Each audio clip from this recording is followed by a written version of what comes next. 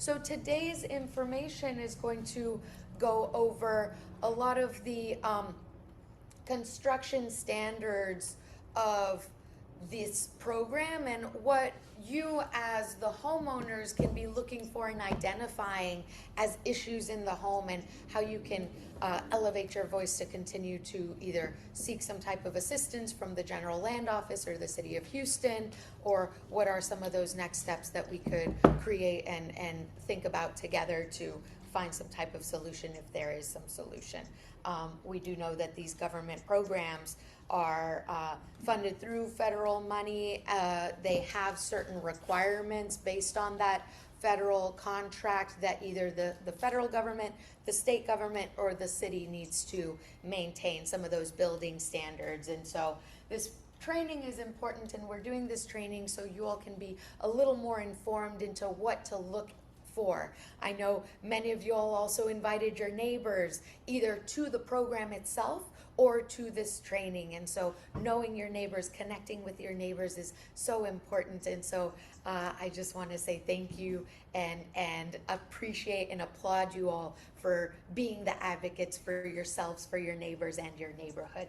And so we're going to be looking at some of these issues and of the programs. And just a quick disclaimer, a lot of the conversation and the information and the assessment that we're going to be looking at and guiding you through is based on the City of Houston's construction standards. And so this training is for the awareness and the reporting of the homeowners. It does not replace an actual inspection. And so if you all are looking for inspectors, we have also been attempting to find people that are willing to come into these homes and have a little more understanding in what is happening. And so if you'd like to connect with someone, as soon as we know someone that is willing to go through these homes and look at these homes, we can call you up and say, hey, we know someone that's willing to work with us. So if that is something that you'd be interested in, we can attempt to connect you all with. So we also, and Dr. Minerva is going to go through a lot of this information, but of course wanting to ensure your safety is always at the front of this information, and so just being safe in how you're doing the assessments ourselves. And so talking about these specific construction and safety standards, these were the standards that were written into the program by the City of Houston, the General Land Office. Thank you. And so Dr. Ivis García is going to be passing around some of this information. This is for you to maintain. You can take this document home. And so they're talking about housing quality standards that they're meeting as a method of checking what is that standard of construction quality. There's also green building standards, which are energy compliant, energy efficiency. So they needed to meet either an Energy Star standard, an LEED standard, or a green building standard. We also have floodplain elevation requirements, and I know in our discussion some of you all let us know that you were either allowed to decide if you wanted the home elevated or if you were required to elevate your home. And so there is a floodplain requirement to be elevated 2 feet above that baseline elevation. So that may have been a standard that was required for your home. There's also accessibility standards with the rehabilitation and visitability standards for a home or for a person that needs ADA compliance. And so those are some of the standards also met. Lead-based paint abatement. If the home was built after 1978, they had to do a test for lead-based paint. If there was some lead abatement or asbestos that needed to be done, there was specific demolition that needed to be required in order to rebuild the home. And then as an optional requirement is windstorm resistant standards. And some of these are a little more protected, resilient building in order to ensure that these homes are being fortified and built a little more resiliently. And so these construction standards and these safety standards are being put in place for very specific purposes. This is to protect the people, and the property. And so this is why we need to ensure that quality building is being done, quality materials are being used, and quality standards are being met.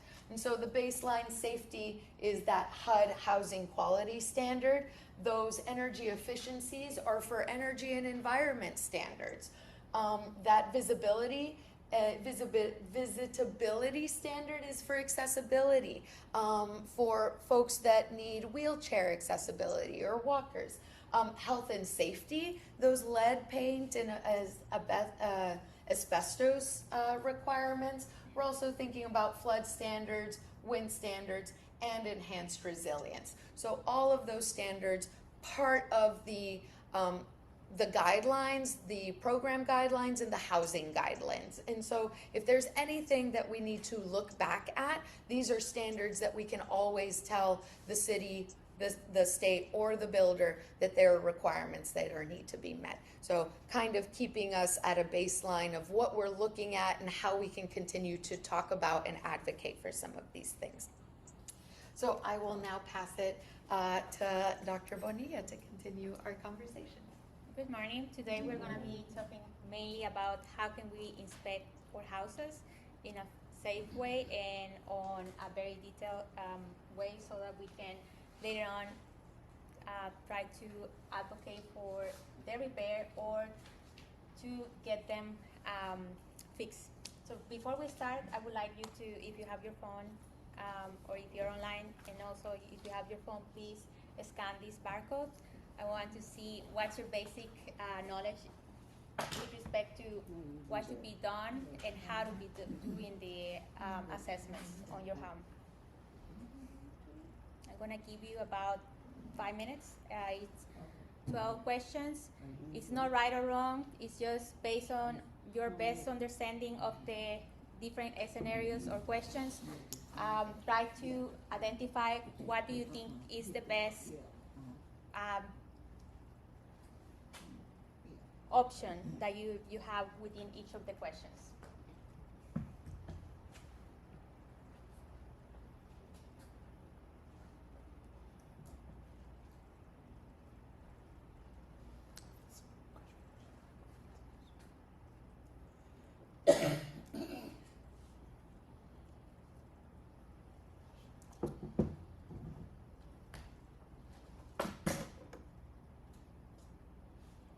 How many of you have tried to do self-inspection of your homes? You say self? Mm-hmm. You expecting it every time. Have some break, I'm expecting it. Do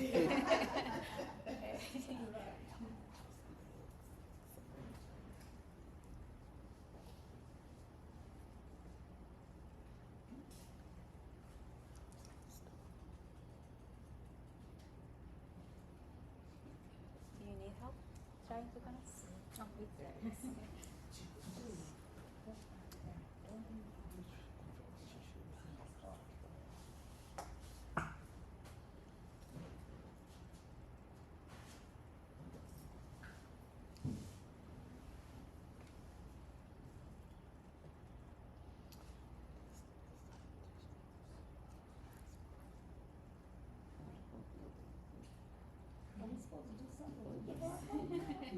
Please scan the barcode and do the selection of each question.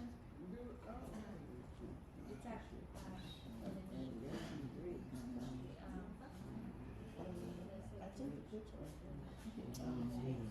Oh, it's you take it.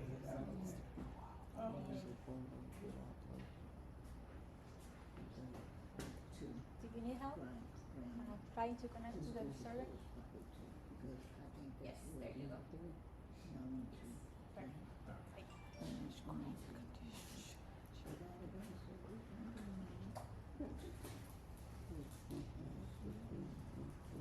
Were you all able to access the survey? The initial questionnaire? Yes, perfect.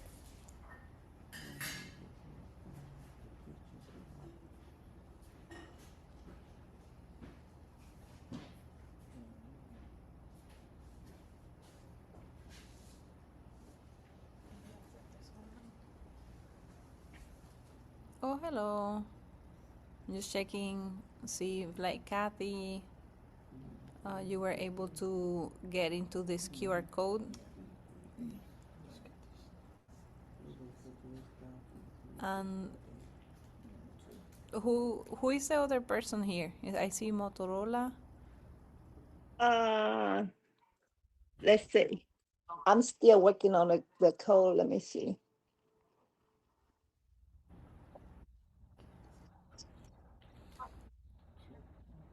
But you were able to access it? Uh, I'm doing it on another phone. Cause Oh, I okay. don't know how No, to that's fine. do it. I don't know how to do it with the phone that I'm on.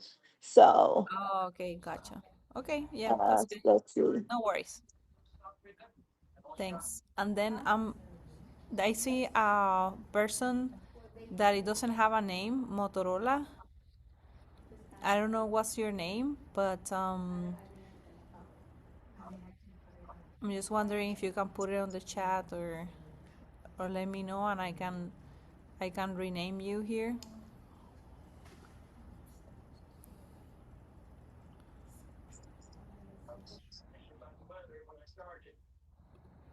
Okay, I got it. Okay, very good.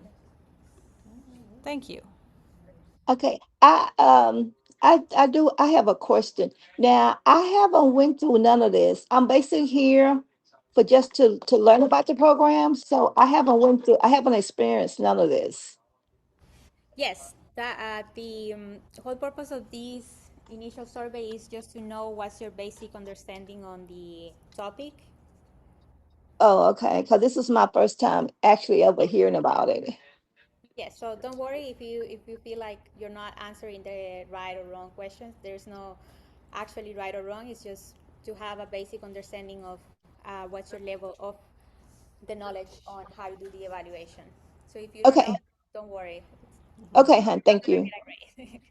Yes, All right, thank you. thank you.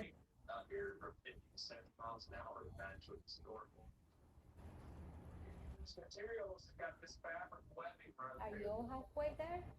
What is it? I think 14 or Okay. 13. Oh, I got two more. Okay, you're almost there then. Perfect. Okay. If you're online and you're not able to read the barcode, there's the link in the chat so that you can click it and open it on your browser.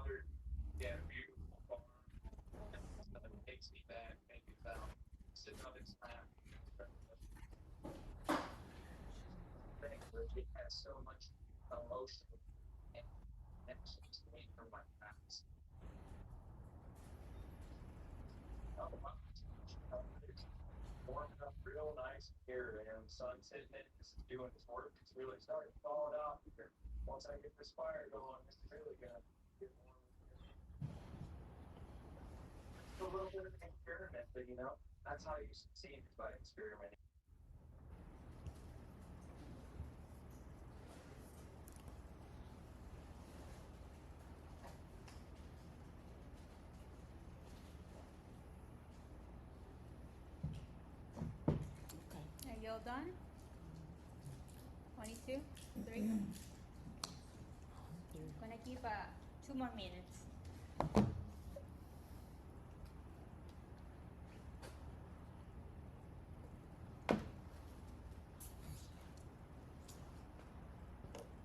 How do you all feel about the questions? Got the questions? I think if I had read something or been forewarned. Hopefully by the end of this training, we're all gonna know what the correct answer to be. Okay. And I'll continue. I see that the majority of you are already done in here. If you are online and you're just starting with the questionnaire, don't worry, you can continue doing it while I go through some of the presentation. But isn't some of this a little bit too late? For what? Like, knowing how much insulation you should have, in your attic, if they putting the insulation in right, you'd have to have specific knowledge of what's supposed to be and what don't supposed to be. You know, I've been in mines 3 years now, and I've looked at insulation being put in, but I'm not an insulation guy, so I wouldn't know nothing. You could be doing something and you tell me, yeah, we through. And I said, well, okay. Yeah, I saw you blow it, so I guess that's right. It's seems like there should be some type of inspection anytime you do anything. Did you nail a nail in the wood right? Okay, so inspector was there to inspect that. Did you put an adequate bathtub, or you went found something cheap? That's why we're here, I didn't. Yes. Yeah, I think that's So why that's we're here.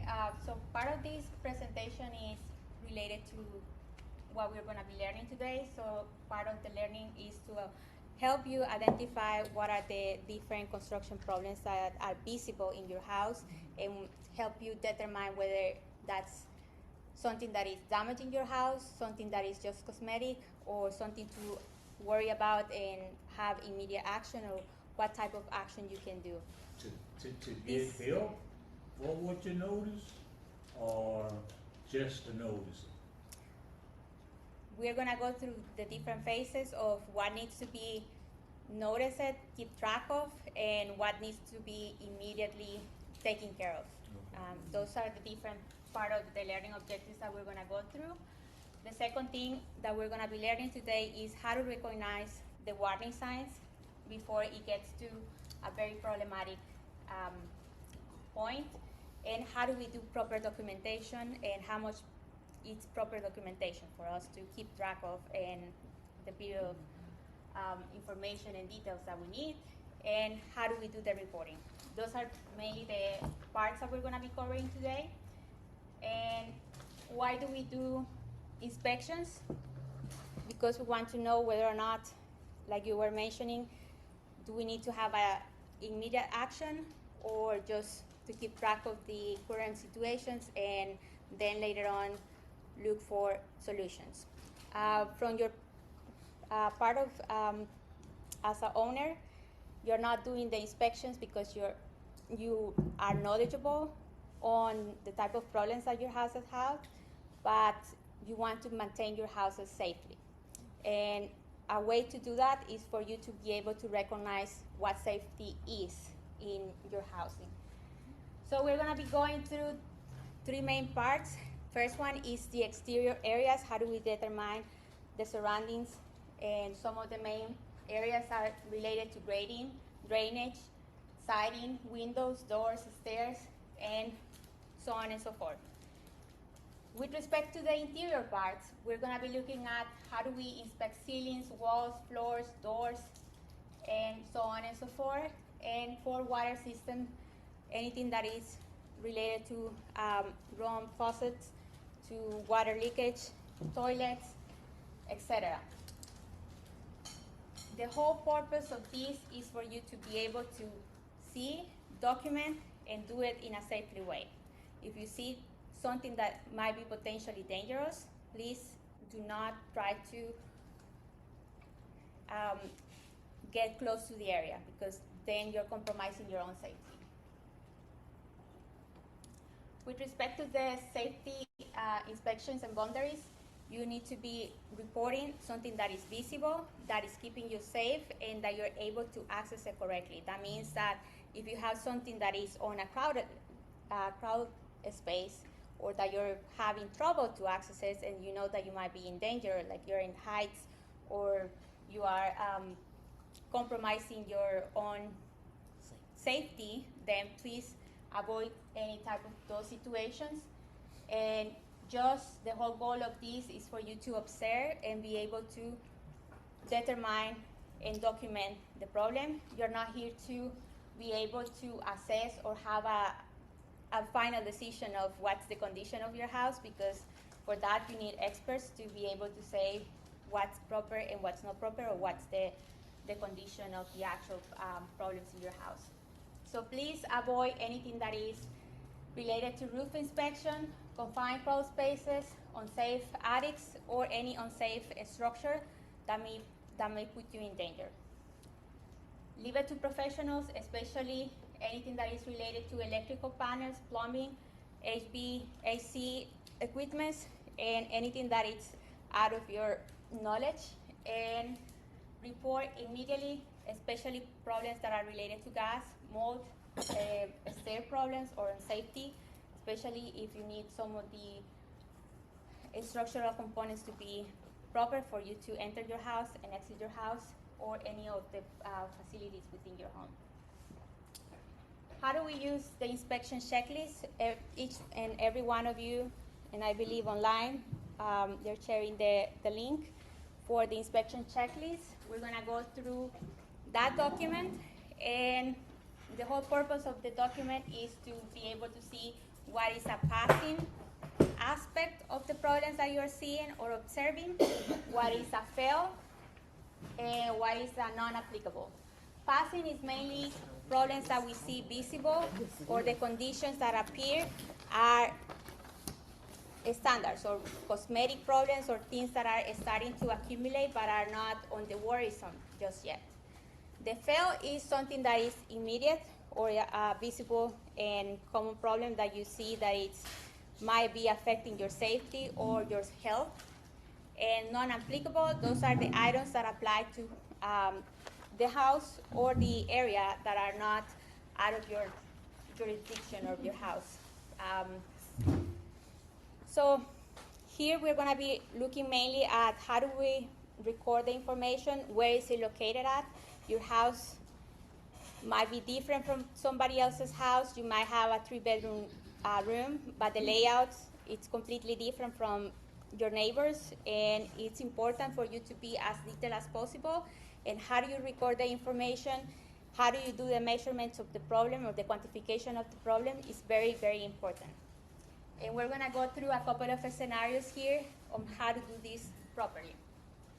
And just a reminder, we're doing this checklist just to organize and have some observations of the actual status of your house's conditions, but not necessarily to diagnose any causes or the reasons why something is happening. For example, if we see a crack on the floor, we're not structural engineers to have the diagnosis of having foundation issues due to plumbing or anything related to that. So it's just reporting, and then bring it to professionals to actually do a proper evaluation of the full condition of your home. Any questions so far? So how we're gonna be doing the inspections? We're gonna be doing it mainly on 3 parts. First, how do we observe the problems? How do we document the problems? And how do we report the problems? And it's very important to always have safety as a priority. Keep that in mind, please. Anything that is making you go into very confined spaces, or that you feel that your safety is gonna be in jeopardy, please avoid those situations, and don't try to get near or close to the potential problems that you're looking at. So anything that is visible, that you can keep away from it, and you're not necessarily fully touching it if you think that might be something dangerous, but you're able to document it in a safely way, then please do so. But if you have to touch it or get very, very close to it, and you know that it's going to be affecting your health, please do not do it. Just report it and document the findings or whatever you are experiencing on that situation. The most important thing is to take proper documentation, which is the pictures. And how do you take the pictures is very important as well. Taking a picture of a foundation, it's good because you're able to see the problem, but you're not able to quantify it. So that's why it's important that you have some actual comparisons of some, either you have your a coin, a small coin, and then you compare the size of the coin, that everyone knows that a nickel is of a certain size or a quarter is of a certain size, and anyone can see a picture with a coin close to whatever problem related to cracks you're having, and then you're able to properly document, let's say on according to 3-6 months period, you're seeing the different damages, that it's how it's progressing or whether or not it's staying the same. So those are some of the ways that we can record the information, and you're able to safely do it, but then you're tracking the different progressions of the problems. And then the most important thing, the whole reason why we're doing some of the measurements, is because the accuracy of how do you document the information is important, and also with respect to pictures, if the picture is not visible or you took the picture but you're not remembering where that picture is from, then that might be a problem. So that's why documentation and proper organization of the tracking of those problems is important.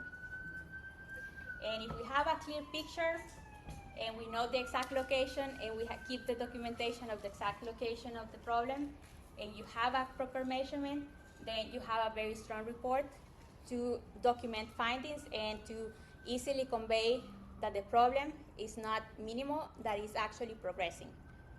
And that way you can, by having proper documentation, then you can have or request actions as soon as possible, because you are documenting it for a certain period of time that the problem is progressing and it's getting worse.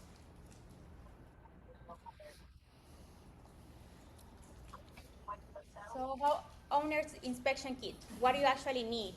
Do you need to go to Home Depot or Lowe's to buy any materials if you don't have a tape measurement? Yes or no? Yeah. You need measurement if you're gonna take the exact measurements. Do we need to purchase multiple tools and things to document the problems, or can we use the things that we already have at home? You probably can use some of the stuff that you already have at home. Exactly. So we can use the things that we already have at home, that we have readily available. This is the most nice thing about it, that everyone at home, or most of the people, have either a coin, either a tape measurement, or a ruler. Any single ruler that is 12 inches, that's good enough for you to be able to document some of these things. So the one and most important thing is a camera. Every one of you here have a phone and was able to access the first survey, right? So the same thing, you can use your camera, your phone camera, to do the same type of documentation for the problems that you're seeing at home. Take a picture. You can actually create folders within your phone if you want to keep track of a particular location, of multiple locations within your home. You can reorganize it and name it appropriately, so that whenever you're taking it in different periods of time, you're saving it or storing it in the same location. With that being said, pictures are not always perfect if you don't have the right lighting. So therefore, for example, here we have a picture of underneath a sink area, and if you don't have a proper lighting, maybe your lighting is good, but for the kitchen area, but not for the space that you're trying to take the picture properly. So you need an actual flashlight. If you don't have a flashlight, that's the beauty of technology, that every single phone now has a flashlight. So please use the flashlight, or use the flash option on your phone to take the picture with high quality as possible, especially if you don't have good lighting. Then you need a tape measurement, or anything that is able to help you determine or measure the width or the depth of the problems. Then you have the checklist that we gave you and circulated around, and the people online also have access to the link to download the digital copy of the checklist, and you can keep it in case you also lose it, I believe Julia will be sending the link again to you, each and every one of you, so that you have an extra copy. And that checklist is basically helping you, in case you forgot what were the areas that you need to check, to keep track of the different potential problems that you might be having, not right now, but maybe in the future. And then you can start periodically tracking them. Then, can someone tell me what GFCI means? What is that? Just the outlet That's by that little the Yes. sink or in the bathroom. Yes. Is GFIC, this safety? for the safety in case water Yes. comes in contact. Exactly. So this is basically a special outlet that helps us cut the energy in case it comes in contact with water or any problem that is happening within the electricity, the voltage of the electricity, so that it's not affecting you directly, and then it can go off and not damage you. So if this one is not working properly, then you might be potential of having any issues. So you want to be constantly checking those as well. And here are other type of pictures of common problems that we typically have, and it's important to know when or how to prioritize the different problems. So what is an urgent problem here is that we have electric hazards, cables that are exposed, cables that are damaged, and cables or the actual electric connectors that are not attached to the proper location, or they don't have the proper protection. So anything that looks like that within your house, it's a hazard. If you have active water leakage, that's an immediate problem that you need to be keeping track of, and any mold growing is also a health problem. Anything that is urgent as well is anything related to the structural or movements of your housing structure, either with the foundation or the walls, doors, etc., etc. And something that is not presently, but is common problem in the majority of the houses, especially here in Houston, is the drainage of the houses. Why is this important to keep track of? To cause foundation problems. It is important to keep the water away from your foundation, especially because if you put too much water within the concrete, then concrete has multiple ingredients, basically, and those ingredients are allergic to water, so that means that they repel in water, and then other part of the ingredients that are getting water. So what's the problem with that? Problem with that if it's constantly moist, the concrete will be starting to lose the strength, and then it's no longer gonna be doing the purpose that it's supposed to be doing for your house. And therefore, it is important that you don't have the water close to your foundation. You need to keep it away from your foundation as much as possible. And then any problems with the painting, those are problems that are also happening, but those are not necessarily urgent to take care of. Then also minor problems with the openings of the windows and the doors and any of the frames. Those are also problems that are not of good quality in construction, but they're not urgent like other potential problems. So urgent problems are anything that is hazardous, that is compromising your safety and your health, and is actually actively or progressively getting worse. Anything that is soon or that can wait or give you at least a period of time for taking care of it are problems related to water stains.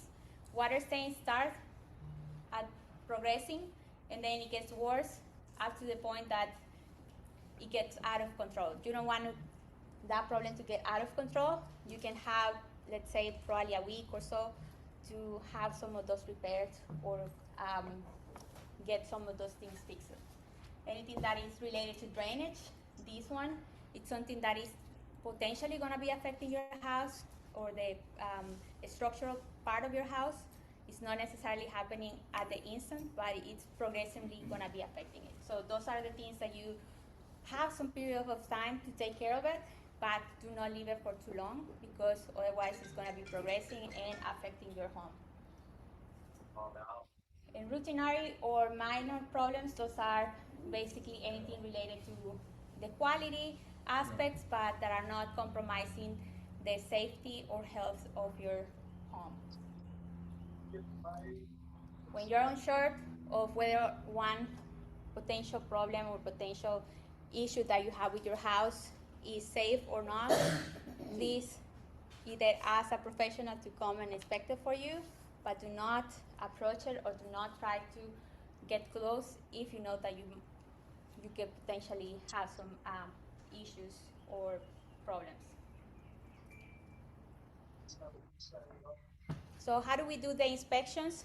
Ideally, it would be good for you to start on a routinary tracking of your problems in the houses. So let's say it can be either up to you. You can do it once every month. You know that you have to do a routinary check of your house. You can do it once every 3 months, once every year, once every 6 months, as long as you know that you're keeping the proper documentation. I would recommend you to start outside first.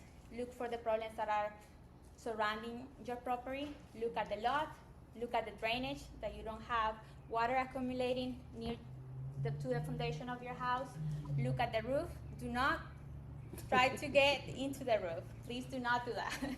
It's just looking from the floor or from the ground level. Then you can inspect whether or not something is damaging your house. Maybe a tree is nearby and it's affecting some of the shingles, or any potential problems that you can see but not necessarily touch. So please do not get into the roof. And then anything that is related to the sidings, the doors, the windows, stairs, if you have your house built all out of wood, then check the wood panels, or if it is of concrete, then check the concrete. Anything that is related to the exterior of the house, please check it and document it. Then after you finish with the first part, which is the outside, you can go into the inside, and then you start looking for the floors, the walls, the curtains, the windows, for water leakage, etc., etc. Anything that you know that it's constantly having an issue. And finally, you go into any of the systems. You see the air conditioner and HVAC, any water heater that you have, plumbing issues. Some people are experiencing plumbing issues or sounds that are being potential problems. So what do you do in those cases? Do you take a picture? What is it? Say that again. It's always important to document. Because our plumbing is not visible, but if you see water, it's visible. Yes, so sometimes if we have, that was a tricky question. Actually, if we have some water problems related to the pipes or plumbing, sometimes those are visible, right? But sometimes you only hear the plumbing system knocking all over your walls, but you don't necessarily see it. Please do not cut your walls and try to document it. In those particular cases, you cannot take pictures, so please take a short video and try to document how often or how loud it is. So that way that you can keep track of the written documentation as well as any digital documentation. And most importantly, problems are only appearing when nature is happening. So if we have some rains or any repairs that you have done into your house, let's say that you repair your roof and then you think, okay, it's good, we throw a little bit of water just to make sure that it was okay, but then a heavy storm comes and then you get rain all over your house in so many different directions. that it will be continue leaking into your house. So that means that you need to, not just because you do a repair, to think that you don't have to check that area anymore. Please double check after any raining or any heavy wind or any heavy natural occurrence happen, and double check that it's not having or worsening the situation. So it's not just about the raining. Also here in Houston we have drought seasons. We don't have enough water. That is also potential to affect the quality of your house, like the foundation, or the surrounding areas that might be putting your house in jeopardy. Any questions so far? No? So this is just a flow of the process. First, we start with the outside. We look at the lot. We look at the drainage. We start and also look at the roof, the edges, to make sure that the water that is coming out of the roof is properly getting away from your house. It's not coming into your roof or into your attic or into your walls or windows. So all of that information can be documented while you're looking at your outside. You're also looking at the sidings. How do your wood panels are looking at? How is the door? What is the quality? Is it getting worse? Is it the paint coming out? Or any potential problems that you are seeing? Or is it not properly closing, etc.? Once you're inside, these are other areas that you should be checking, like the floor, any stairs. If the stairs are making noises or are not properly adjusted, or maybe the handle is moving too much. Any of these situations you can be checking and documenting, or in those particular cases you can either take a video or actually take a tape measure and also document how much it's moving. With respect to the doors, it is not normal that a door is not closing, or that is, you have to push it. Even if it is closed, you have to push it or you have to lift it in order for it to properly close. That is completely not normal. So please document that information, because those are important things to consider and to take care of them immediately, because you don't want to be getting it worse. Same with the kitchen, any leakage or any other potential problems. And check the bathrooms, check the outlets, check the actual detectors. How many of you check the detectors regularly? I have a good count. Because they go off all the time. They go off all the time. I just read something about 10-year warranty on the batteries. I done changed the batteries about 6 times already. Yeah. That's the only thing that they put in the house that work though. At least little Yeah. smoke, they go off. Oh, yes, them. Even though it's annoying sometimes to be changing it too often, please do so, because that can save your life.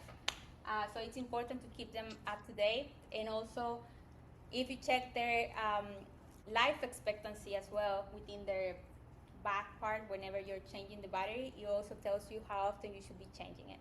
So also please pay attention to that and keep it up to date so that it's properly functioning for your house. Also, you also need to check that your HVAC has nothing obstructing it, or it's not being damaged, so that it's properly working as well. Anything that is related to other parts of your house, related to water, leakage, plumbing, attic, and anything else related to the piers foundation, especially if you have your house elevated, document it, but do not put yourself on unsafe situations. So as you can see, both of these pictures are being taken from the distance. If you have a potential problem that you think that you need to go closer just to document it, please don't do that, especially if you think that it's compromising the structural part of the house. You don't want the house to be all over you. Now let's go into the exterior inspections. We're gonna go into a little bit more details. Yes. gonna be looking at any water, structural, roof, windows, elevated home supports, and any access related to safety. How do we inspect them, and what are the potential problems with them?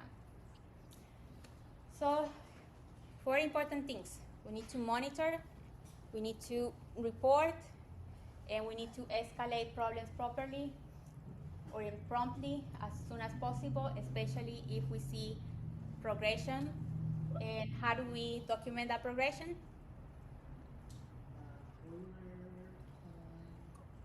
Yes, proper documentation, proper picture, proper constant saving the pictures on the right location so that you know and you can compare and contrast whether or not it's getting bad. So what is a good rule of thumb? I think you asked one of the very important questions. I'm not an expert on some of these materials. How do I know whether or not something is good or something is bad?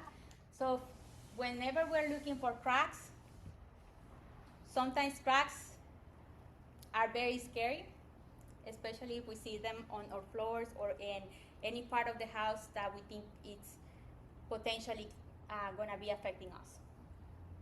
The good thing about concrete is that concrete takes a very long time for it to go bad and be all over you, because this is one of the best materials that is actually telling you in advance, hey, I'm getting into a problem. But it's totally fine and it's totally normal that concrete cracks. But how much the cracks are happening and how wide or long, that's what's the problem are. So that's what you need to be taking care of. So whenever you're reporting cracks, check that the cracks are 1/4 of a width of the crack. That means from here to here, it has to be 1/4. What is 1/4 inch?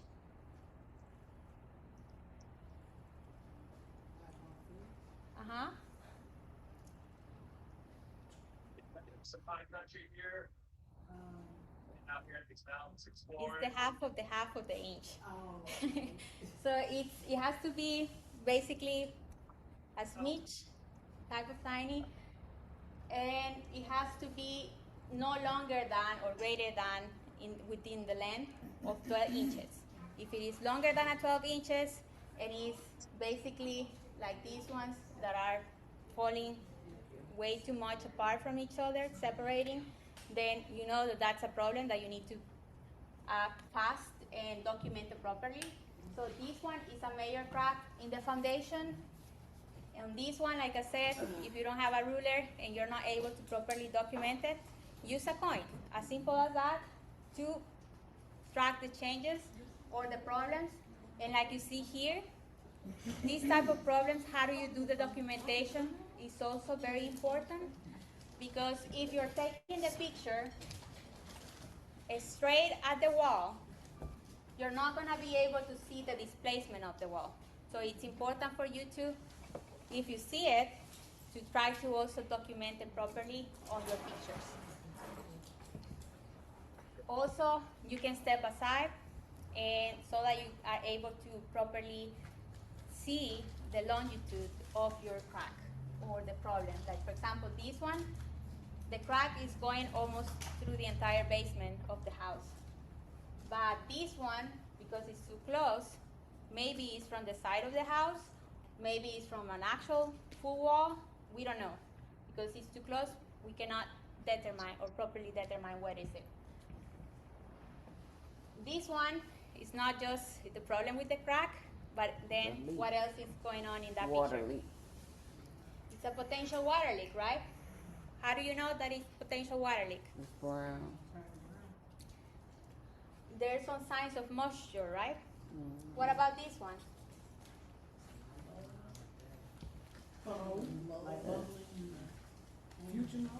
Stain. It looks like it is a little bit of stain, but also it has some displacement. I know it's a little bit difficult to see, but it has a little bit of displacement. What's wrong with the door?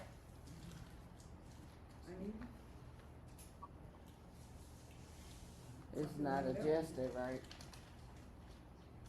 Can And you it's see? got a crack in Uh-huh. there. There is a crack Yeah. going along the actual door. The door itself looks okay, but there is a huge crack Right. going on. And what else is happening in that crack? I know it's difficult to see, but it's also having some displacement, similar to this other picture. It's showing some displacement on the The bricks, gap. and the actual width of it is also very noticeable. So is that one a good or a bad problem? Bad. Bad problem. So that one is a potentially closer to failure.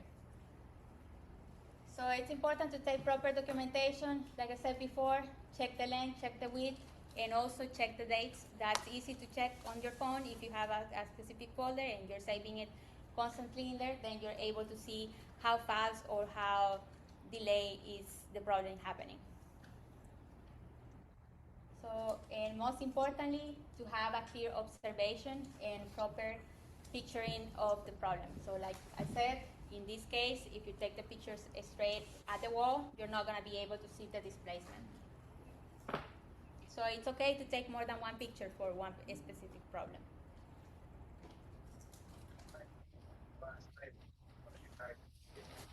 So let me go all the way here. So in this particular picture, we see all of the problems on the side of the wall. And I said before, documentation is very important. But in this particular slide, what I'm trying to convey is that as much detail as possible is also important. So one of the main things that you need to do is document where are you located at. You have a house, but not all houses are just for walls, right?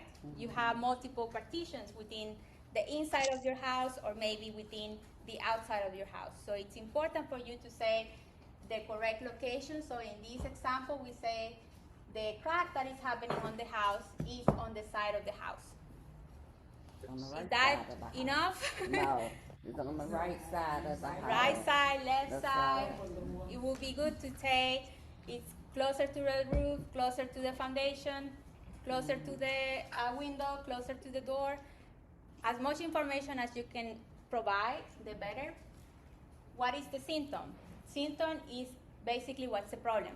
Remember that you're not prescribing a problem to your house, you're just checking what's a potential symptom or what's a potential problem, so that you're documenting. So in this particular case, you're visually seeing a crack. Why is the crack happening? You don't know. And that's totally okay. You're gonna be calling an expert that comes and checks what's actually the problem. But you are able to easily see that something is wrong. So that's the symptom. What's the evidence? Take video, take the date, take the location, do the measurement to see the progression of the problem. And most importantly, if it is not visible, but you can hear it, or you can have some other proper documentation, please take a video or a photo, either or. And most importantly, also have a more detailed documentation on writing. So you have here an example of a small checklist. I know it's not enough space for you to have a full essay, but simple words like side of the house is having a huge crack with this amount of inches in width and this amount of inches in length. That should be more than enough for you to keep track of what's actually happening, because the pictures are good and they speak 1,000 words, but also you need words to complement them. So please try to follow or try to remember to do those 4 things: the location, what is the problem, how do you do the evidence, you have to document it, and then request corrections if somebody is still having some of the insurance or some person covering the problems. If not, then you have to bring some, if the problem is not on a high priority and it's potentially getting worse, you can call an inspection to actually have a more proper identification of the problem. So for example, if you see some of the water damage or start to see progression on the cracks, then you can call an expert to see what's going on or what's the reason why the house is happening. Some of these issues are happening so that they can tell you how to correct it or how to prevent it to get worse. Professional evaluation is very important, and also documenting the date whenever they come and tell you, hey, these are the potential problems and this is how you can remediate, and so on and so forth, so you can document how often you do those checks or those repairs, etc., etc. And a strong report is what we can see, what we can document, and also when we need to take action. It's important. It's not just, okay, I saw the problem and then just walk away and pretend that it's not existing anymore. And I'm just gonna see it the next time that I go with my checklist. So it's important to take action as well. So I gave it away. I was gonna go through a couple of examples on what's monitored and what we can report. So on the left, the crack is very minimal, and unfortunately the word monitor went right away, but that is significantly small enough for you to just keep track of it. But what about this picture on the right? It's big enough, wide enough. It's big enough, wide enough. So can you see the difference between this one and that one? Oh yeah.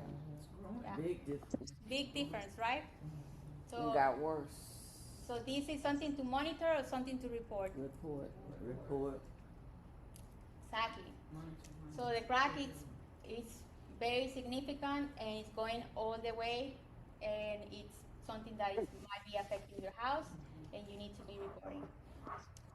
So what about the houses that are elevated on wood piers? They need to put something around it. Keep the bugs, the raccoons and everything from going under there. That's what they should have done.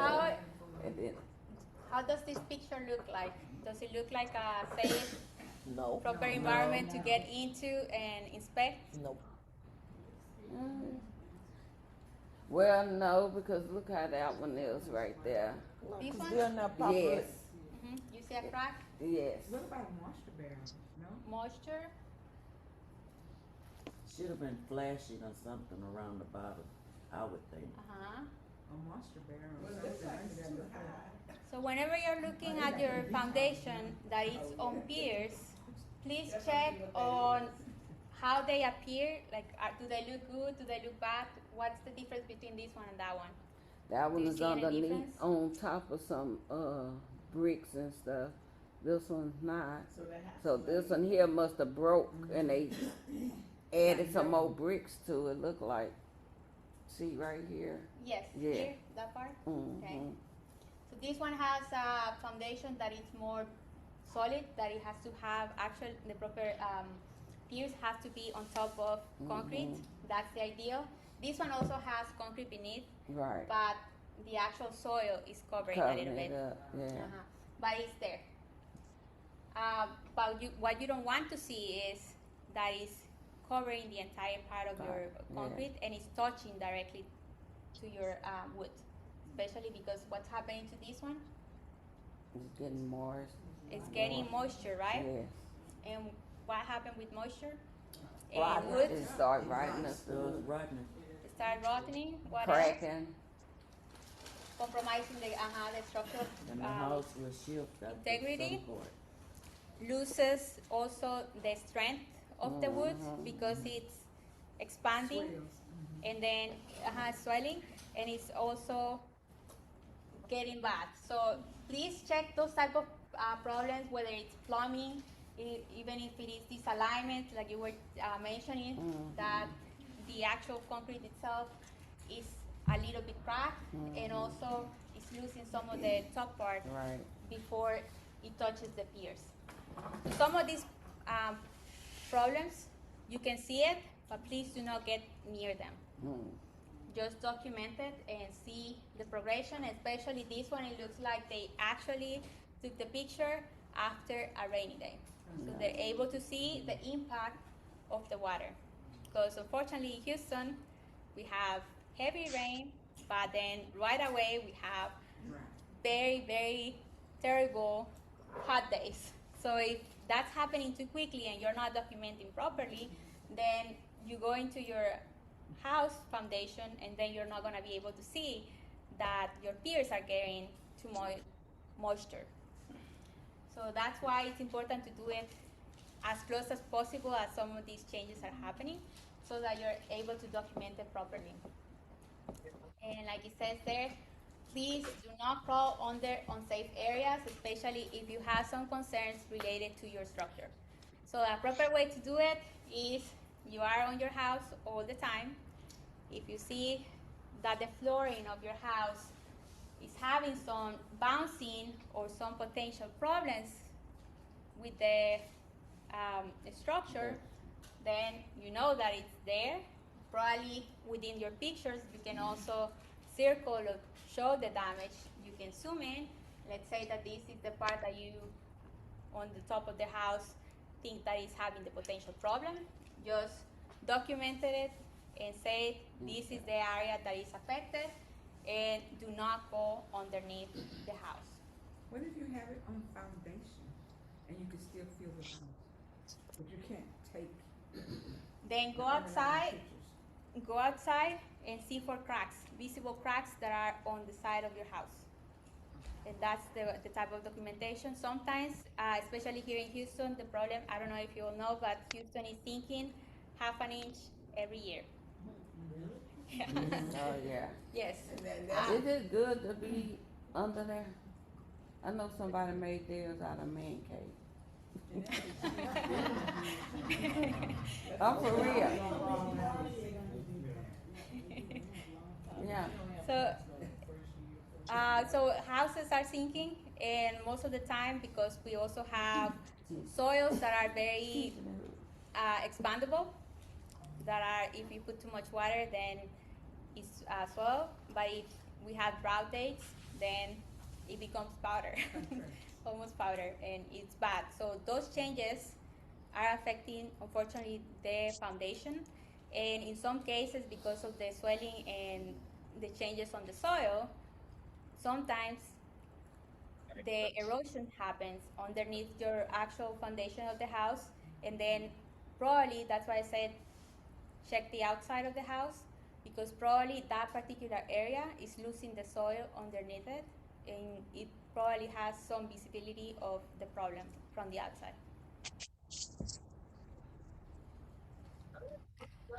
Any question online? No? Okay. Is that? So is this a pass or fail? Which one is a pass and which one is a fail? That's a fail. That's a fail over here. That's a The fail. left is a Right. pass, and then the right, Fail. fail. Why is it a fail? But you see the foundation is leaning, and all of that water is. I have a question. Yes. Is that in Galveston? We took it from some of the City of Houston websites. Okay, because that looks like water. Yeah, it is water. It's water retaining within the property. That's why it's important to see that your water is getting draining away from your house, going into the streets, not keeping it within your house. So that's some of the things that you need to be checking first if you have piers in your house. So why do you say this one is a pass? Because everything Because is everything is level and then it's in concrete. The wood is in It concrete. looks proper. It looks like we have clean area. It's keeping the moisture or any debris away from the house. It has proper, the wood looks relatively fine. You don't see any mold or any potential problems. And you were correct. That was a pass and this other one was a fail. What about these ones? pass fail. Left is a pass and the right is a fail. What are some of the problems that we see on the right? Because the wood begin to start rotting. Wood is rotten. The wood is rotten. What about these? The rail is- They The aren't rail? supported. There's no It's support. no support. Not supported. And it's what's happening with the rail and the entrance of the house. It's blocking it and it's It's causing blocking problems. it, so it's a Can't potential get in the hazard for house. someone to trip and then fall. What about the stairs? Are they even? Do they look even? No. No. Not at all. Not at all. It looks scary. And we can also see some of the wood coming apart and swarping, especially here. It's a little bit more visible.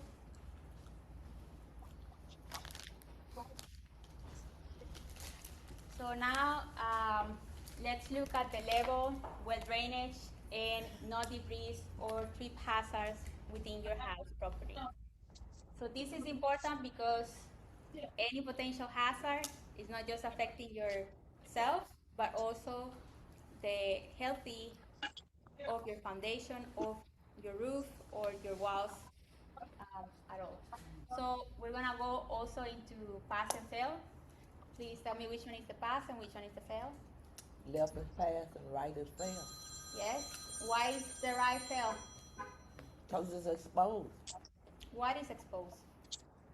The ground and the pipe. We have a pipe, we have debris within the property, we have, what is this? A rod. Oh, it's a rod. It's a rebar, exposed rebar. What about this part?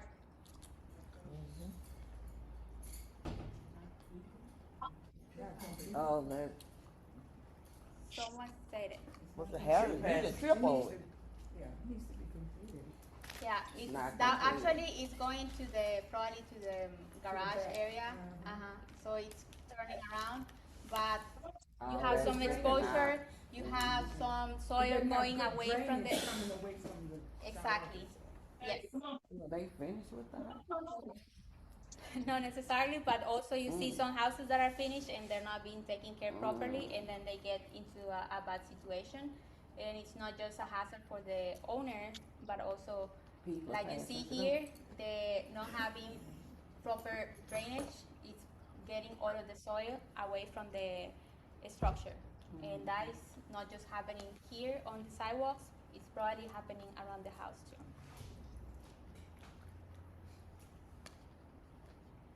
What about these ones?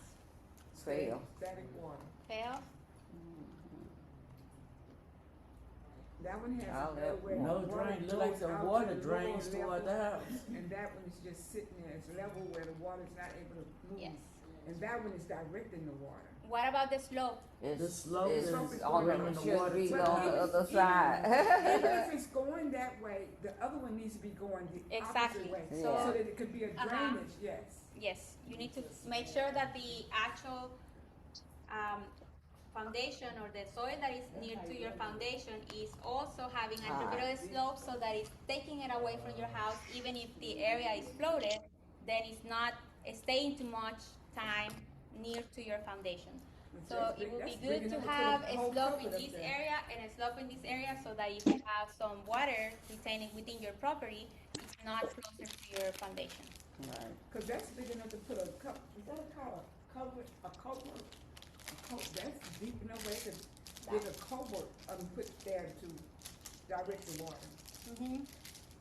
You know that thing that you put And across on the that one- driveway, under the driveway, that tunnel, that little, it's culvert, isn't it called a culvert? Yeah, if that's deep enough where they could actually put a culvert, a small culvert there to direct the water from coming down and from going the opposite way. Yes. Versus the other one that is clearly showing not just the water coming from the roof to being away from your foundation. She went to sleep then. The house is having a little bit of slope, Right. having your house on the top part of the And put property. a tree down there where that pipe is at the bottom so the tree can live forever. And the weeds. The problem with the No, trees. you don't want the roots that, you don't want the ones that have a lot of heavy roots. Don't get an oak tree, don't put an oak tree there. Put a little nice little fruit tree under there. Okay, You have so fruit forever. you don't necessarily have to have pipes to take the water away from your girders.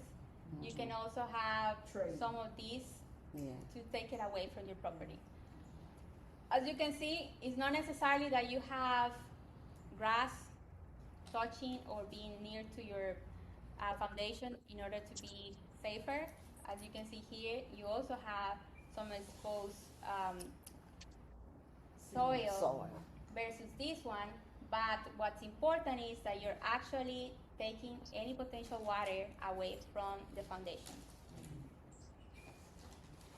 So I didn't ask, but that's a easy pass and fail, right? You see the problem with the foundation, that even if it has some installation of potential water disbursement, it's actually still being retained within the house. It's too close to the house foundation. It's not taking it away from the foundation. So that's why it is a problem. So please check, maybe today that you're going back home, check whether or not you're having your water close to your foundation or away. May I ask a question? I thought you needed, you know how they tell you put sumper holes around your foundation to water the foundation? So, yeah, so, oh, well, okay. Yeah, so that's a common misconception, that you have to be watering your foundation in order for it not to crack or to prolong the life of your foundation. Don't take me or don't quote me on it, but I would say not recommended at all, because you may not have a proper usage of it. But it's typically recommended, especially if we have drought seasons, because when we have drought seasons, especially here in Houston, what happens with the soil? It dries and gets the moisture away, and it becomes a little bit more of a powdery, right? And then when that's happening and you have wind and other things going around your house, then that soil is moving away, and then it's affecting your foundation. So in those particular cases, if we have droughts, yes, put them on so that your soil closer to your house foundation is maintained stable. But if you do it too much, then it becomes a problem. That's why I said don't do it, because it's very hard to determine. What about this? What are the problems? It's all them bushes up around the windows and things. Why is that a problem? It's on the roof. It's affecting the roof, And it's affecting the side of the house. affecting the side of the house, and what else? It's visible. It's growth in the gutters. The gutter. What's going on in the gutters? It's cluttered. It's cluttered. It's You cluttered, water can't move. and it looks like moisture is retaining there, and potentially in the probably near future, because it's not just affecting the gutter itself, but can you see this part of the roof? It's also start to become black.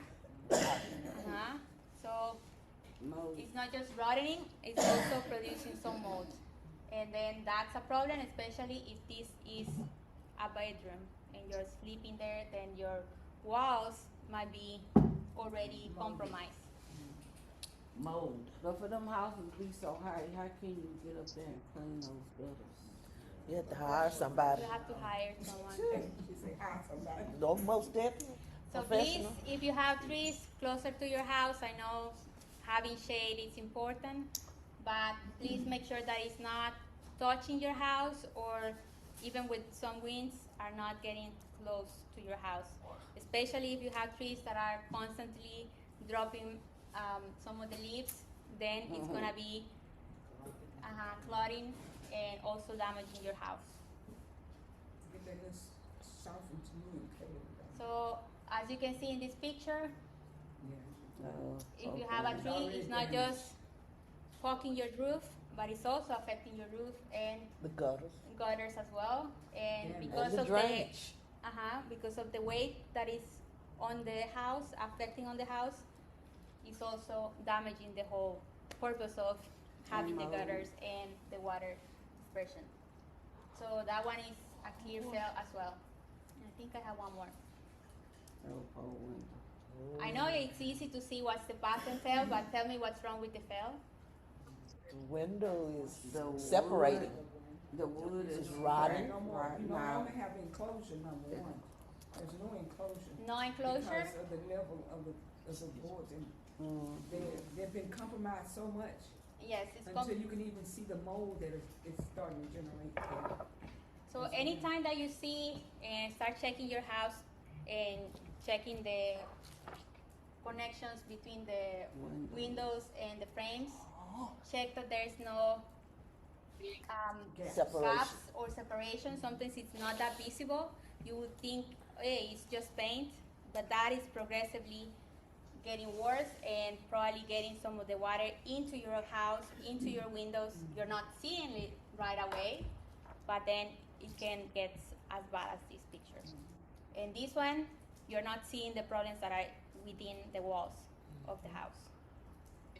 So it's important to document it and identify these problems before it gets to that level. Now let's go into the interior. So you think that now, if I give you the quiz again, you're gonna be able to ace it? Yes? So whenever we're doing interior walkthroughs and checking for all of the problems within or potential symptoms within the house, we're also looking at what are the problems all the way from the first moment that you get into your doorstep all the way to the back of your house or to the last corner of your house. So if you have multiple rooms, please do the documentation and keep constant practice. So if you call master bedroom, then keep calling it master bedroom. If you call second bedroom, half bath, or whatever arrangements you have in your house, please make sure that you're keeping that documentation as well, so that you are reporting the problems that you're seeing on different periods of time on the same room. So you're gonna be opening the doors, you're gonna be opening the windows, you're gonna be opening or like putting the fans and the lights, every single thing that you see within the inside of your house, please check it. And it's important also to document and record that information. So what do we see here? Water damage. On the Water floor. damage. Potentially soft spot if you step on top of that part of the house.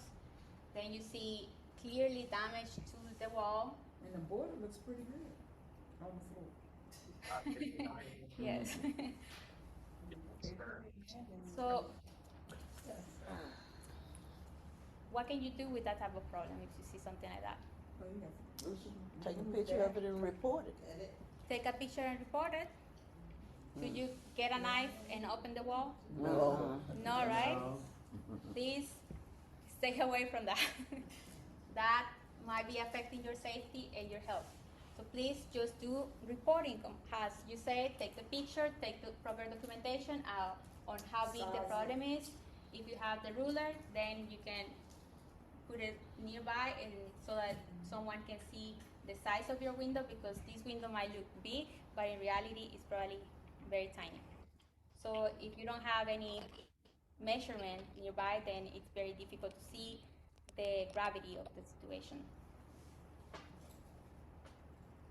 What about this wet pass and sell?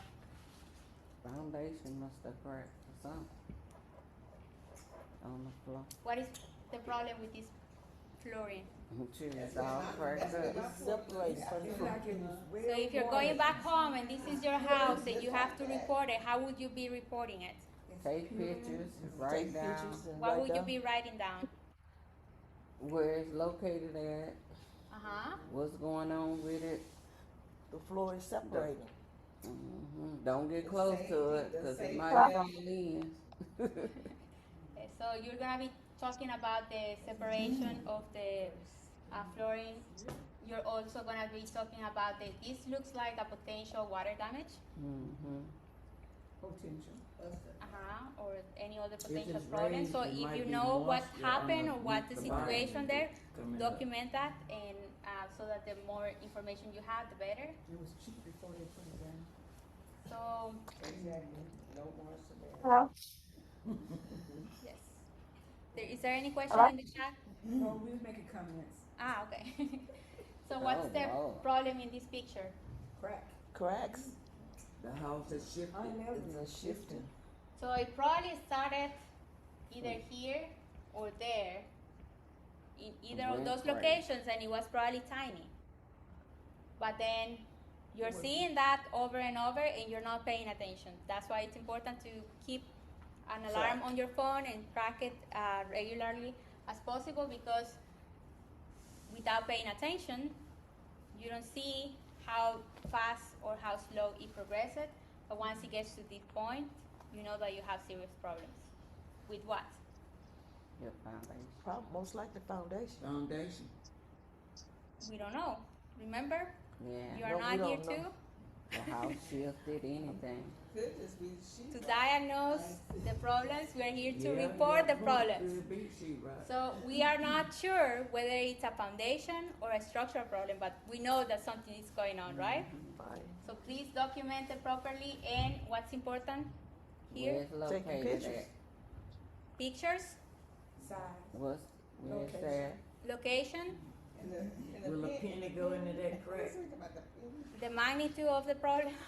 So we should have a measurement, whether the crack is going too wide, if it is 1/4 of an inch or not, and then any potential other steps that you have taken. So maybe you thought, okay, it's just a cosmetic problem, I can just put some small repairs, I can do it myself. But then as time progresses, it will get more damage in the future, or it gets worse. And like in this situation, it looks like they tried to patch some of these areas. As you can see there, it's a little bit different of colors, and that didn't help. And so that right away is telling you that if it's continuing and getting worse, that is a potential high risk problem. So please document it and call an expert so that they can give a proper inspection and tell you what's going on and what could be the potential remediation on your house. So if you want, I think you're gonna be making the slides available to them, right? So these are very important tables, because we're not gonna remember what is supposed to be 1/2 inch, what's supposed to be 1/4 inch, etc., etc. We have different materials within the house. It's not always 1/4 inch, so each material is behaving differently. The quality and the strength and all of the components of the material themselves are different. So this table is basically telling you what you should be monitoring and keeping track, and then what needs to be reported and take action right away. So for example, if we're looking at the concrete and we're looking at a small crack that is 0.5 or lower of an inch, and if it is 1/4 inch or more, and then it's also very lengthy, then you know that it's a huge problem that might potentially be happening, that might be compromising the structure of your house, and then therefore you need to take immediate action. The same with the bricks. If you have bricks that are cracking, or you're seeing that are coming away from your house, you need to be paying attention whether or not the dryness or the cracking of the surface of the bricks is too big or too small, and then determine whether or not you need to call an expert to see whether or not it's affecting the quality of your house. Wood piers, that one is also having some differences. In here, we're not talking about any cracks or visible cracks on itself, because unfortunately wood properties are part of the nature, right? So even though the wood properties are from the same tree, it's not necessarily always having the same strength. Therefore, whenever we are using some of the wood structural components and we're monitoring them, it is important to see for some signs. So some of the signs are dryness on the wood, or do you see some swelling, do you see some mold, do you see some discoloration, etc., etc. And then depending on the severity of the problems, then take actions accordingly, please. Most importantly, take measures, photograph, documentation, and then do not try to diagnose or try to fix it yourself, especially if it's something that is potentially into the report before review part. So here are other potential problems that we're gonna be having within the house. We have problems with the wall, the drywall surfaces. How do we check those? Sometimes we think, oh, I see a crack within my wall, but sometimes you need to be paying a little bit more attention whether that is the connection of two drywalls, and then it's just the tape that was installed within those two, it's coming apart. Then that particular case is just a cosmetic issue that can be not compromising your house. But if we see something like this, then something's wrong. And then you need to document and have the proper documentation. Here, we see a crack that is going closer to the door, or in some cases, the window. So this is from the other side. We saw an example of the outside of the window. So this is another example of how it can potentially be damaged within the inside of your house. You also have some flooring movements. Then those are also clear indications of potential problems and that you need to be reported and take immediate actions. Which one is a pass and which one is a fail, and why is it a fail? The left is a pass, and the one on the right And is the a fail. ceiling, You can see ceiling, water the corner. damage. The ceiling, the corner, The roof is window, probably the leaking. window. What's wrong with the The window? floor, at the bottom of it, looks like it's not as clear as the picture under here. Mhm. So I'm assuming. We see a little bit of yeah. spacing. Basically, yeah, What about the wall? it's molded. It's water damage. Oh, excuse It's me, clear it's water. It's all puddled up. We can actually see water Water damage. staying in here. This is also a little bit of water within. And up the wall. Yeah, this one too. No, come down. It's small. Yeah, from the Mhm. floor, the baseboard, that part. and that corner. Mhm. Yes, all of this part is That's a nice having a picture. huge problem. And do you know what's going on there? No, right? Roof leaks. I don't know No, what's going on. so this So water there's a damage. letter- It could be different I see things, roof roof leaks, I leaks, see a that the wall unit, has been a pipe compromised. bust. It's I have compromised. I no like that idea word. what's going on, but it is compromised. I need somebody to inspect it. Thank you. You're learning so fast. I like all of you. So yes, that was perfect. We have some mold, recurring moisture. It's constantly happening. We don't know what's the potential problem. Please don't try to open the walls and try to fix it yourself. Call someone to see and have a proper And that's a good assessment. picture, because that's the before and that's the after. So we saw this picture already, and it's basically just showing you again some of the potential problems that you might have within the outside of your house. As you can see here, I forgot to mention the other time that we also see some part coming out of the connections between the window and the wood structure, and this one is having some cracks within the wood as well. And as you can see here, there's also some water leakage coming maybe when it's raining. It's getting through here, and then it's probably getting some part within your inside of your wall, and then the other part is coming from the outside. So those are some of the issues that you should be checking and documenting. So this is a more clear problem, and this is not a cosmetic problem anymore. Maybe the painting coming out of the wall might be a cosmetic problem to some degree, but in this particular case, you're not just seeing the painting coming out of the wall, you're seeing discoloration and other potential problems.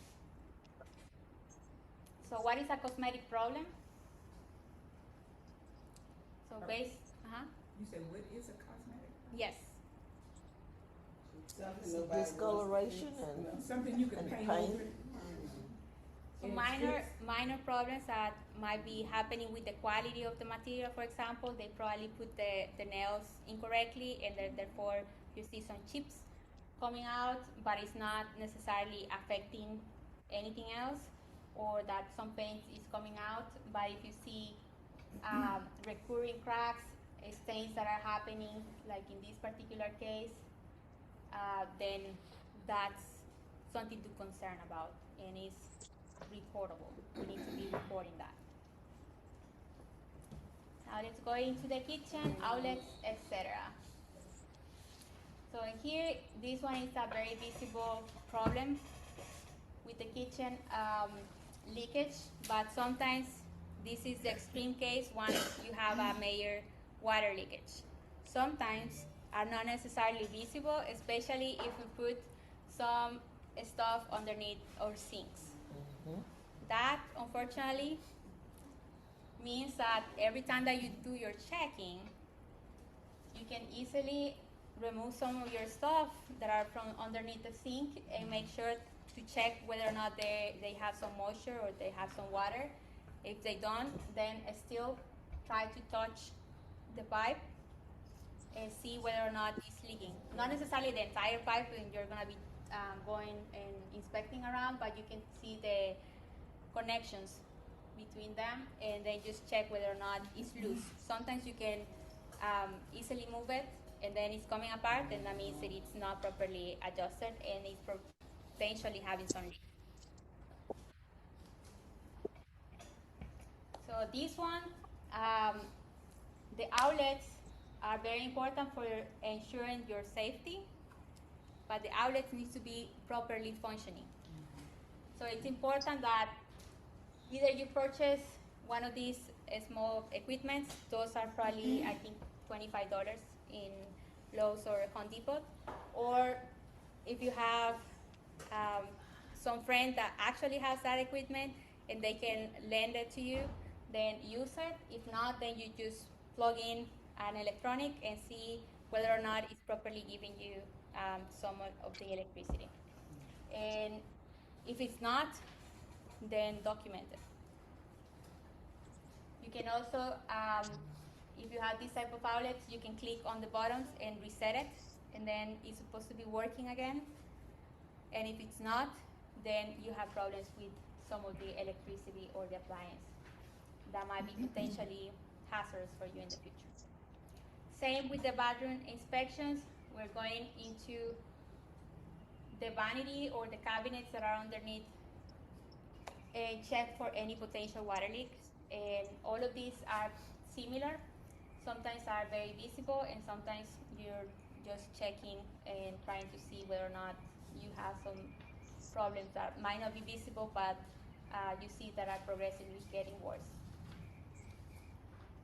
So system inspections, like I mentioned before, even though it's annoying sometimes, it's very important to have regular checks on all of the systems that you have, your air conditioning, your pipes, your water, your electricity, and everything within your house that you're able to safely inspect or monitor the progress of them, then please do so.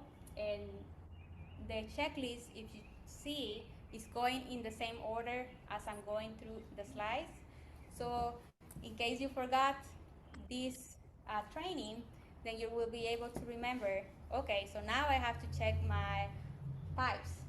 Now let's go to every single room that I have a toilet or I have water and pipes, and then let's check whether or not there's some leakage or any potential problems, so on and so forth. Another easy way to see whether or not your house is having issues, and this is not necessarily common knowledge all the time, but an easy way to see, and when something bad is happening, is the water bill. You're gonna have a high water bill one of a sudden. You're gonna be like, this is not normal. So why do I have so much water bill if I'm not using more water than the normal? So then that's probably because you have some problems with your pipes, and you have some leak either inside of your house or outside. You don't know. So it's important for you to check, because you're giving money away that you're not using, and also it's potentially affecting your house. Another way to check is also if you know that you're for sure not using your house, especially if you go and work, or you know that you take a shower and you're not doing the dishes, for example, and you suspect that there might be a problem, then you can start closing some of the bulbs within your house to see which one might be the potential one that is affecting your house. And how do you check that? You go to the meter that is in front of your house and check for a couple of time, like probably a day or two, or a couple of hours, let's say an hour. You close some of the valves within your house and you suspect that there might be a problem within your kitchen. Then you just leave the kitchen valves open and then record the initial reading on your meter, and then an hour later read it again. And if it Hi, my name is Wanda Evans. yes. Okay. And if you see some differences on the numbering for the tracking of the consumption of water, then you know that it's a leakage. Let me ask you this. What if you checked all of that and you know that there's no leakage and your water bill still high? Y'all go fight the city for us? No, because you potentially have problems or leakage within the actual front of your house, or not necessarily inside of your house, but on the outside of your house, and you're not able to see it because it's on your property. Okay. So y'all check that. You have to check. There are inspectors that check that and are able to determine where is the problem. They have to dig it. Who's the inspector that checks that? Because the city of Houston says that Fire station, the city of fire station, that happened to me, there was a leakage in the front. So I called the city and they came and they fixed it. Okay. But I was worried that I would have to pay The city of myself. Houston came out, city of Houston came out and said there was no leakage. And so they still made me pay the bill. Oh. Which was fine. Because the leakage was wind up being on their side. I had my cousin check it. He has license to check it. I didn't have him do it originally because I felt like they would fix that, right? Yes. So that's why I was asking, do y'all have inspectors that do that? Because it wound up being on their side. I know that the city checks. Came through your meter though. That's what he was saying. If it's the leak is on their side, you wouldn't never know it. That's right. But if you got a high water bill, Yeah, maybe the president of the water company wanted to go on a vacation or But something. they came out and they dug the street up area, and then the next month I didn't have a copy. Yeah, they probably, It should not have, and that's my point. But So when they was- I thought maybe they would fight cities for me. When they So was in building that, the- so there are two situations. So you're both are right. Within the jurisdiction of what belongs to the city, they are responsible if there is any leakage within your pipes. They are responsible to correct it, and they are going to be covering the bill of that repairs. But if it is in the front of your land, that is your Then part I'm of your responsible. property, then you are responsible, and you are responsible. If you call the city and they check and say no, you are the problem, then you will have to call an expert. You probably will have to ask them who can do the repairs. Maybe they can do the repairs and then charge you for the expenses, or they can give you the contact information of who to call and get it fixed. No, we got it fixed. It's just that I'm saying, I thought maybe you guys go fight for us if that happened again, but I wouldn't have to. Because it took me 3 months to get my money back, but I still got it back. Okay. So anything that is related to electrical is very, very dangerous. So please take proper precautions anytime that you're going close to any of the electric outlets. So in this particular case, you're only checking that the outlets are not coming apart from the wall, or that don't have any wires exposed, or in this particular case, it's pretty visible that the grounding of it is not properly working, and therefore it's damaged. So do not use it. Stop using the outlet and get someone professional doing or handling that situation. Always, especially if you think that you want to check it, always make sure that you're cutting off the electricity in order to do proper inspection. Otherwise, it's very unsafe. So the smoking detectors, they also need to be checked very periodically.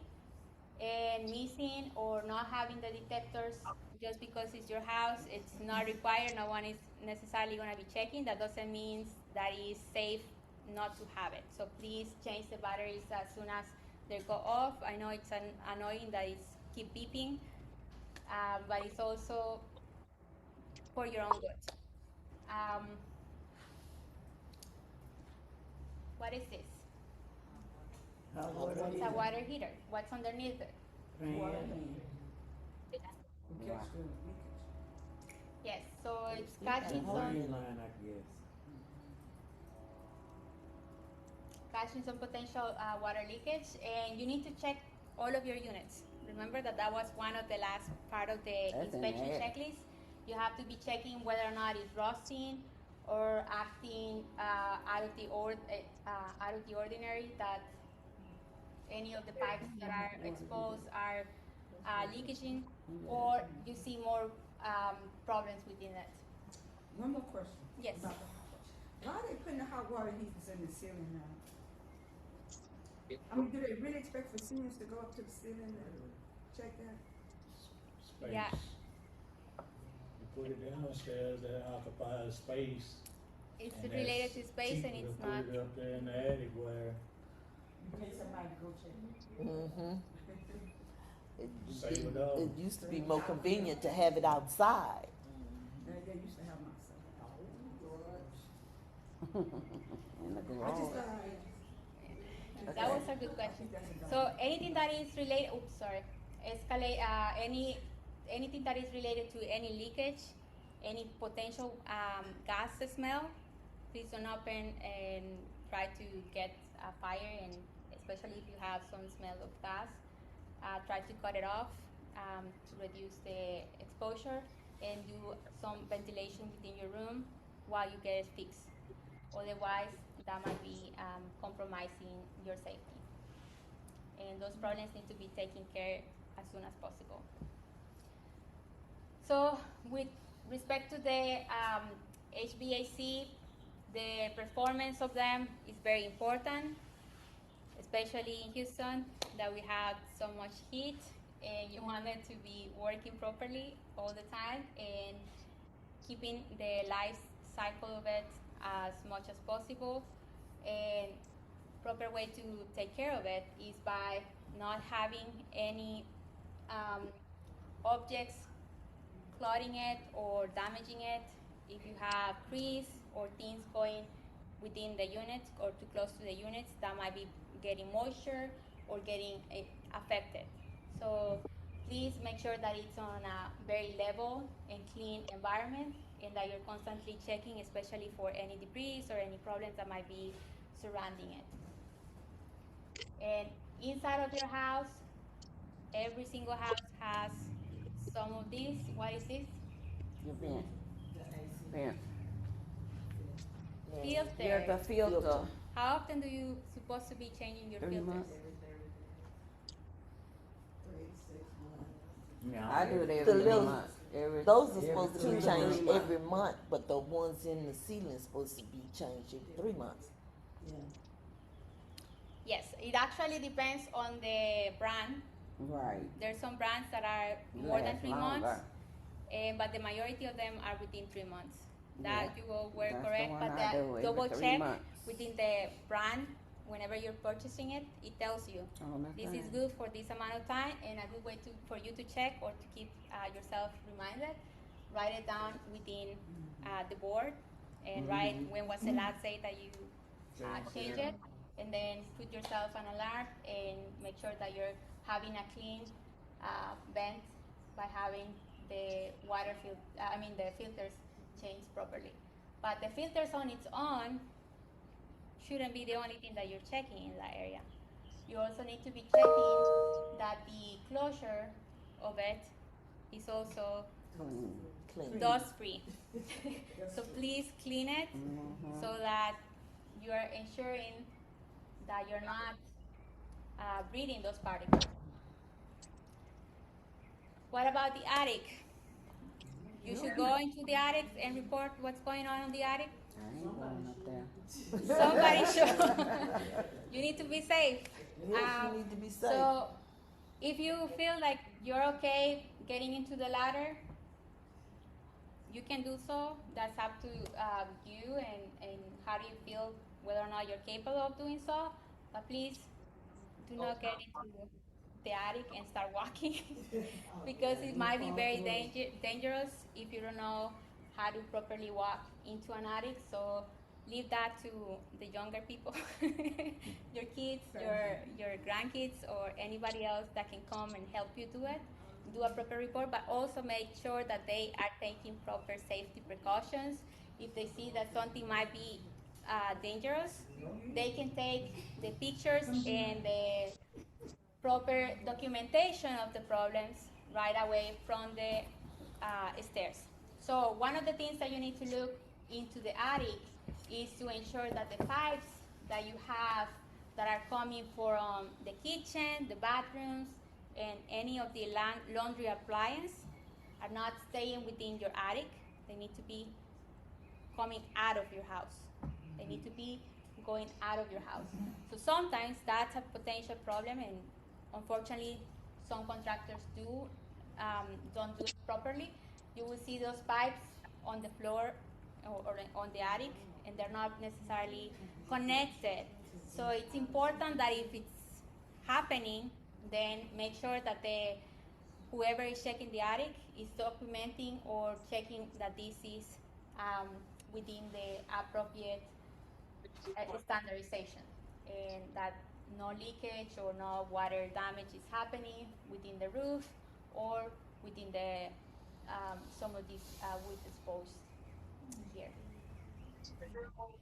So if you're going into the crawl space, the same as we were talking on the previous slides, I'm not going to go too much into detail on this because we just discussed it as well, but check for any potential water damage or any piping problems or cables that are exposed or disconnected or any potential problems that you see. Do not get underneath your house. Just document it from a safe location. So we went into the reporting, what's a minor, what's a big, and all of those problems. Now let's go into some case studies. You guys ready? Okay, so can someone help me read the first scenario? After a heavy rainfall, a homeowner noticed that water remains beside the house instead of draining away. The water is close to the exterior walls and appears to collect near the elevated floor area. The ground surface looks muddy and the drainage path is unclear. Is this a normal post-rain condition, or should the homeowner report it? Report it. Report it. What evidence should be collected? Pictures. Where is that? The location. And the best description that you can give of what you see. So, top 4, observation, inspection, action, and priority. So, into the details, document as much as possible. What are you observing? What should be the focus of the inspection? That's the water getting drained, not draining properly from your house, and what actions. Mosquitoes ought to be enormous. So I'm going to skip the other 2 scenarios because I was told that we are out of time, almost. So please take a look at them and try to see whether or not you're able to easily assess the problems and how to properly taken care of. So here it was another group exercise I have for you, but now please take a moment and scan this QR code again, and please do the post-training assessment. And I know all of you are gonna get 100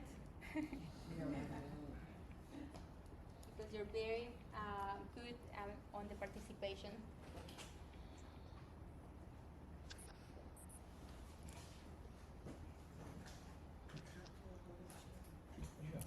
I think you can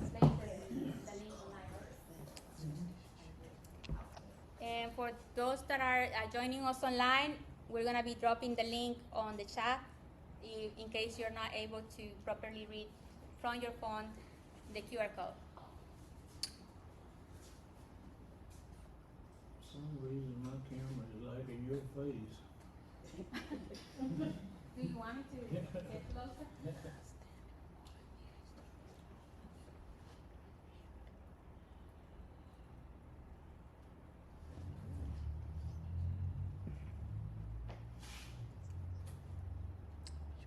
Okay, it's in the chat also. Thank you.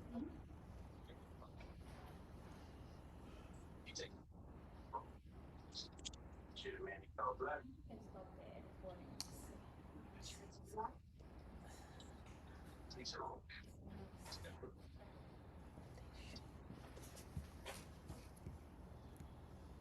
Any questions for the folks online? Julio, Yes, could you hear me? yes. Oh, I was trying to talk to her about the wall, but she couldn't hear me when she asked, do we have any questions? Yes. What questions do you have?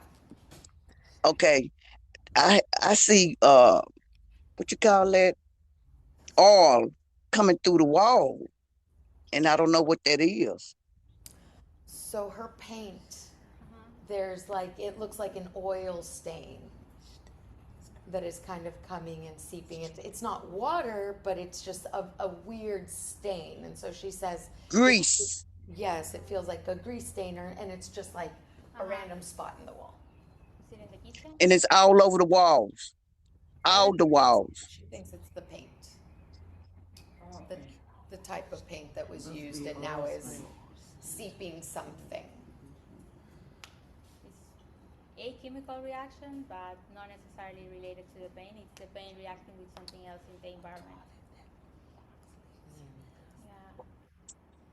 Yeah, that needs to be reported and call an inspector. I did. I reported it, but they came. The painter came out, and he fixed the cracks. Cause as soon as the house was selling, it was cracks. He fixed that, but the all stuff that's coming through, they didn't fix that, and it's been 3 years now. They just kind of, Brush it off.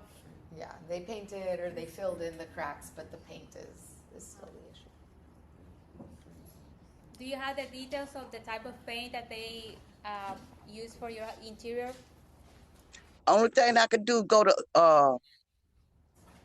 Sherman Williams and give them my address, and they could tell you what kind of paint. That's how I do it. Yeah, because that could help to see what are the properties of the paint. And some of the things that we can also continue to do, and a lot of this is the fact finding. You all are aware that things are happening to your home, and you all have been asking for support and asking for someone to come out, and sometimes they do, and sometimes they minimize or they don't entirely cover or address the issue.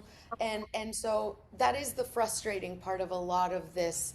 And so within that fact finding, and someone asked earlier, can you help us do this? We are not inspectors, we're not builders, I'm not a lawyer, and so that is the hard part, but we have been on this investigation, and so what we can do is there have been groups of community members and individuals that have come together in the past, two of them being, and I will go all the way back to the beginning of this presentation.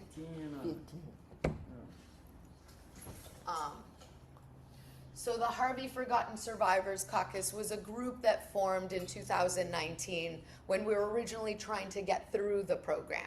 And so many of the homeowners were coming together and having meetings every 2 weeks to learn from each other what was happening, what were the case managers telling each other, how do we continue forward. And so the Fair Housing and Neighborhood Rights Group is another group that has been doing that since Hurricane Ike. And so Miss Maple, she had to go a little early today. She had another event to go to today, but she is part of the Fair Housing and Neighborhoods Rights Group. And so she's been one of the people that's been working with us to do these interviews and do the research project. And so we've met people that way and started coming together. The advocacy portion of this and getting an inspector out here and getting the city to pay attention and the GLO to fix things, that is the hard part, I will say. It is hard for them to come and actually attend to their grievances, especially if they're saying we're wiping our hands of the situation and we've done all of we could. And that's been the hard portion of how do we get to that remediation. We know often that while you are the ones living through it and the ones fighting for it, sometimes it's to find progress in a future program. We know the city of Houston is currently doing a URI program, which is 2021. The winter storm that came in and messed up a lot of pipes, and that ended up messing up a lot of homes. They're also opening a program for the or Hurricane Beryl. That was 2024. The derecho came and blew a lot of trees down, and then the hurricane came the following month in July and continued impacting homes. And so we're seeing that the City of Houston, the General Land Office, are continuing programs that are doing the same things that you all have lived through. And so there's multiple things that we can do as a collective. I don't have answers. This is all, we're all doing this together, and nothing is a right answer, because maybe what worked for you might not work for somebody else, or maybe it was a builder problem, maybe it was a program problem. And so this fact finding is what we're coming together to better understand what actually happened to your home and what happened to your home. Individually, there might be a recourse, but there could also be a collective that we continue to fight as a group. Right now, there's kind of an ebb and flow.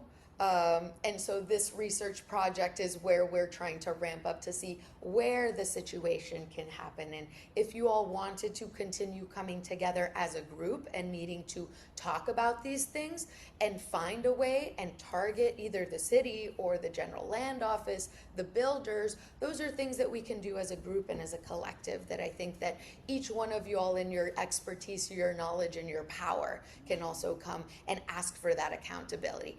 I did not receive a new home. I am just someone that talks to the government and says, hey, these are problems that you all probably should look at, but they're not taking me seriously. But if somebody that came through the program comes and says, this is something that we actually need to remedy and rectify seriously, that is how that advocacy kind of happens. I will say that we tried to sue the government in 2021 against the mitigation money, against the General Land Office, and we asked HUD to support us. And HUD slowly did that in the span of the 12 or the 4 years that the Biden administration was in charge. And once the Trump administration took over, they said, we're not taking any civil rights complaints. We're not going to do anything in the Department of Justice that's actually taking care of people and their civil rights. And so we're up against a rock in a hard place right now. I'm not going to pretend that there's solutions for us. We can find solutions and we can work towards figuring something out together. And maybe after this administration, maybe we have to wait a bit, but we can take this time to fact find together. And so some of the things that we can continue to do today, one of those is submit public information requests. And so through each of our interviews, we asked if you've ever submitted one of those. A public information request is where you can submit to any government and saying, I want any record that you have in your possession. Is this an email? I want that email. Is this a document that you've produced? I want that document. They cannot produce something new, but if they have this document in their possession, it is your right as the public to have a copy of that document. There are certain rules, like public identify or personal identifiable information, your name, your address, your phone number, your email, all of that gets cut. for personal protection. But if you're asking for that information, you can get that. So some of the things that we're asking today, if you all want to submit those records, we can do some of that before you leave today. Asking for the inspection reports. So we're talking a lot about the inspection, but how many of y'all actually saw that report? Nobody. Nobody. We got one person, but the rest I'm saying we're seeing a head shaking. And so we can ask for those reports, because then you can actually see if there were deficiencies that were called out during that report. And then you can ask, did these things get actually remediated and rectified? And how was that done? We can ask for the scope of work. We can ask for the materials. We've heard a lot about these materials were poor quality. What were those materials? What kind of sheetrock did you get? Those are all documents we can ask for. So if you all would like to do that, that's something that we can continue doing today. If you would like to do that with us, you would submit that document. The General Land Office or the City of Houston would submit those directly to you all, because you all are the ones asking for it as the applicants. And then we ask that we connect again and send those to us. If we submit that document today, I know through the interview we gave you all a $25 thank you gift card. For the public information requests, we'll give you another $25 thank you gift card. For the training that we did today, we're talking about this checklist as well. We'll give you one of these checklists to take with you. We can also do it virtually if you'd like, on a form, kind of the way you all did on the phone today. And so for participating in today's training, we'll give you a $25 gift card as a thank you for being here and for spending your time with us and your gas.